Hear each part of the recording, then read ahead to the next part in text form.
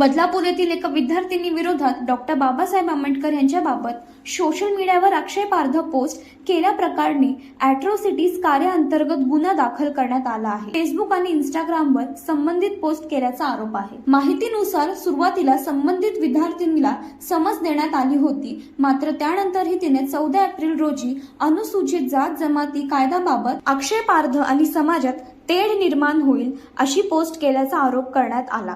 या प्रकरणी भारतीय बौद्ध महासभा तसेच स्थानिक कार्यकर्त्यांच्या तक्रारीनंतर बदलापूर पोलीस ठाण्यात अॅट्रॉसिटीज कायद्यासह विविध कलमांतर्गत गुन्हा नोंदवण्यात आला। गुन्हा दाखल झाल्यानंतर संबंधित विद्यार्थ्यांनी काही काळ अनुपस्थित होती।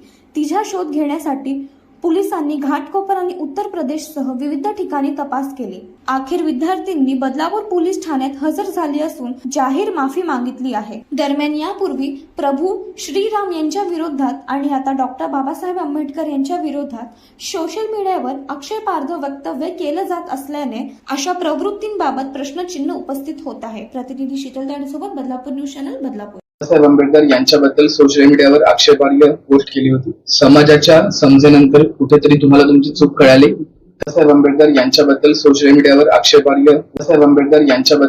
मीडियावर आक्षेपार्ह पोस्ट केली होती। समाजाच्या समजेनंतर कुठेतरी तुम्हाला तुमची चूक कळाली। कशा प्रकारे जाहीर माफी मागा। मैं आप सभी आपकी पूरी कम्युनिटी से हाथ जोड़कर माफी मांगती हूँ कि मैंने भूल से ये गलती कर दी। मुझे आप लोग बस एक चांस दीजिए। मैं अपनी पूरी लाइफ में ऐसे महान इंसान के बारे में कभी गलत नहीं बोलूंगी। मेरी बच्ची मारी गई थी, प्लीज मुझे माफ कर दीजिए। मैं आपकी पूरी कम्युनिटी, पूरे समाज से माफी मांगती हूँ। मेरी लड़की से जो भी गलती हुई है, इसमें मेरी भी गलती है कि मैंने ध्यान नहीं दिया, लेकिन इसके बाद पूरे समाज से कभी ऐसी गलती नहीं हुई भविष्य में। तुम्ही तिला समज दिली का? हाँ, दिली आहे साहेब। आता करायचं नाही। मीडियावरती काय करते याचं भान आपल्याला असायला नाही, माझी चुकी झालेली आहे, मी बघितले नाही, आता कधी चुकी होणार नाही। या अगोदर पण एकदा झालं होतं, ही दुसरी वेळ होती, त्या अगोदर पण तरी गॅलरी टाकलं होतं। जे पण केलेले साहेब माफी मागतो मी, आणि कधी होणार नाही याच्या पुढे।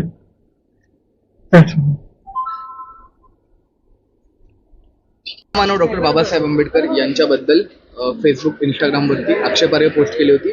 समाजाने अखेर समज दिली। संविधानिक कृती पद्धतीने आपण पाहतोय गुन्हाही दाखल केलाय। आज तिने सार्वजनिक जाहीर माफी देखील समाजाची मागितली आहे। काय नेमकं प्रकरण होतं आणि कशा प्रकारे एकंदरीतच आता याविषयी माहिती द्याल।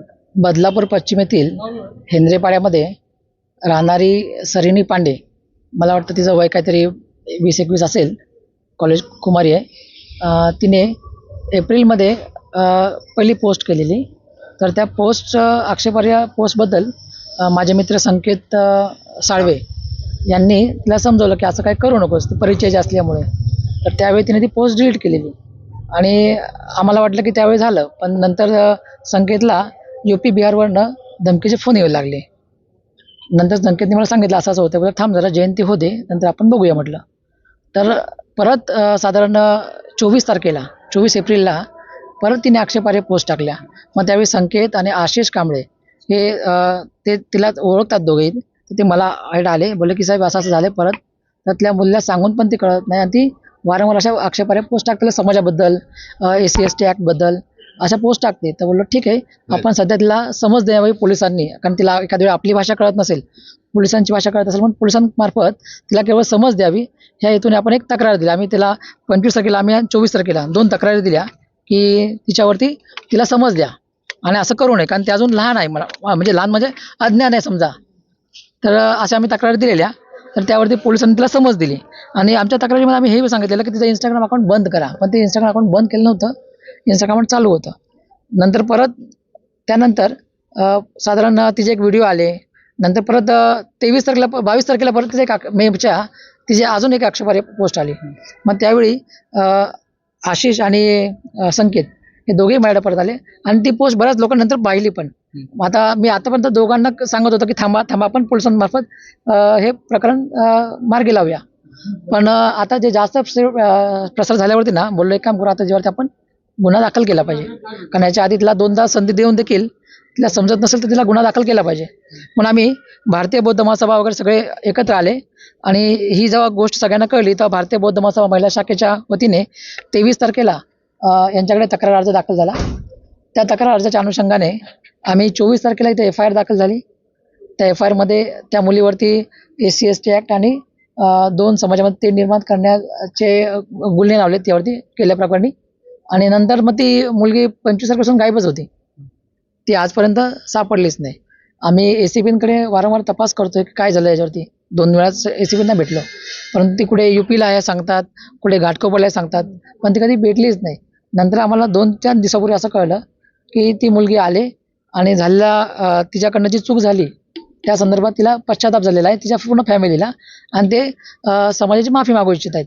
तर मी समाजाला विचारलं, बा असं प्रकरण आहे तर काय करायचं. तेव्हा समाज बोललं ठीक आहे माफी मागू द्या, पण आम्हाला या प्रकरणामध्ये जी कायदेशीर लढाई आहे त्याला आम्ही कुठेही स्थगिती किंवा व्यत्यय आणणार नाही, ती थांबवणार नाही. कायदेशीर लढाई आम्ही ती चालूच ठेवणार, तिला जोपर्यंत कायद्यानुसार शिक्षा होत नाही तोपर्यंत. त्यामुळं आणि पोलिसांच्याही विनंतीनुसार आम्ही आज त्यांना ती माफी मागे आली. त्यांनी सगळ्या समाजाची माफी मागितली, परंतु कायदेशीर लढाई आमची कायमची राहणारच आहे. नक्कीच यातून एक चांगला सामाजिक संदेश जातो. एकीकडे आपण पाहतो की धार्मिक तेढ निर्माण केल्याप्रकरणी अनेक ठिकाणी दंगली होतात किंवा कुठेतरी धार्मिक वातावरण गढूळ होण्याचा प्रयत्न होतो, परंतु आपल्या माध्यमातून पाहतोय एक सामंजस्यपणे एक महिला म्हणून तिचा आदर करण्यात आला आणि संविधानानेच आपल्याला जो अधिकार दिलाय त्या अधिकाराने आपण पाहतोय की अधिकृत तिच्यावरती तक्रारही करण्यात आली आहे. तर काय सामाजिक संदेश एक देण्याचा प्रयत्न? नाही, आपल्या आता जे नवीन विद्यार्थी जे आहेत 11-12वीचे त्यांच्या हातामध्ये मोबाईल आहे ना, मोबाईलमुळे त्यांचं ज्ञान हे बघताना त्यांच्या हातामध्ये जवळजवळ ते गन किंवा वेपन भेटल्यागत झालेलं आहे. त्यांना काहीच कळत नाही, ते काही कशावरती कुठल्याही पोस्ट टाकतात, इतिहासाचं काही माहीत नसतं, भूगोल काही माहीत नसतं, तर ते काही त्यावरती पोस्ट करतात आणि आलेल्या पोस्ट फॉरवर्ड करतात अभ्यास न करता. तर अशी जी घटना याच्या आधी पण झालेली, आम्ही कुठल्याही ह्याचं समर्थन करत नाही. कोणी असो, कोणीही कुठल्या समाजाबद्दल आक्षेपार्ह बोलू नये याच्या आम्ही नेहमी सोबत असू. SC/ST ऍक्ट अंतर्गत जो आहे तो अॅट्रॉसिटीचा गुन्हा दाखल करण्यात आलेला आहे. 2 दिवसात अटक होईल असं पोलिसांनी आपल्याला आश्वासन दिलंय. जर अटक नाही झाली तर समाजाच्या वतीने कशा प्रकारे आपण प्रतिक्रिया द्याल? नाही, आम्ही अजूनपर्यंत शांततेच्या मार्गाने आणि कायदेशीर मार्गाने चाललेलो. जर का ती कायदेशीर मार्गाने जर का तिला कायद्यानुसार तिला अटक होत नसेल तर नाईलाज तर आम्हाला एखाद्या वेळी इथून लॉंग मार्च पण काढावी लागेल, आंदोलन पण करावं लागेल. पण तसं आणण्याची पाळी पोलीस प्रशासनाने आम्हाला देऊ नये, तिला अटक करावी आणि कायद्यानुसार जे आहे योग्य ती शिक्षा द्यावी, कोर्टासमोर तिला हजर करावी, ही आमच्या अपेक्षा आहे. ACPकडे हा तपास आहे, अजूनही अटक का झाली नाही त्यांच्याशी काही चर्चा केली आहे? ACPकडे आम्ही 2 वेळा भेटलो, त्यांना 2 वेळा अर्जही दिले आम्ही. 30 तारखेलाही भेटलो, 30 मेला आणि 6 जूनलाही भेटलो. त्यांना वारंवार सांगितलं तिला अटक होत का नाही, कारण त्यावेळी ते म्हणत होते की ती इथे नाही आहे, UPला गेलेली आहे. तर मग आम्ही बोलले शिष्टमंडळ तिला पाठवणार UPला आणायला, पण नंतर आम्हाला 2 संत कळलं की ती UPवरून आले म्हणून, आणि तिची अशी अपेक्षा आहे की तिला तुमची माफी मागायची आहे. आणि आम्हाला काय त्याच्यावरती म्हणजे आम्ही काय एवढे कठोर नाहीये, परंतु शिक्षा झाली पाहिजे याला आम्ही ठाम आहोत. खरं तर एप्रिलमध्ये ही घटना घडली. नाही, एप्रिलमध्ये फर्स्ट झाली. आम्ही तिला एप्रिलमध्ये आणि पूर्ण संधी दिली, मे मध्ये पण संधी दिली.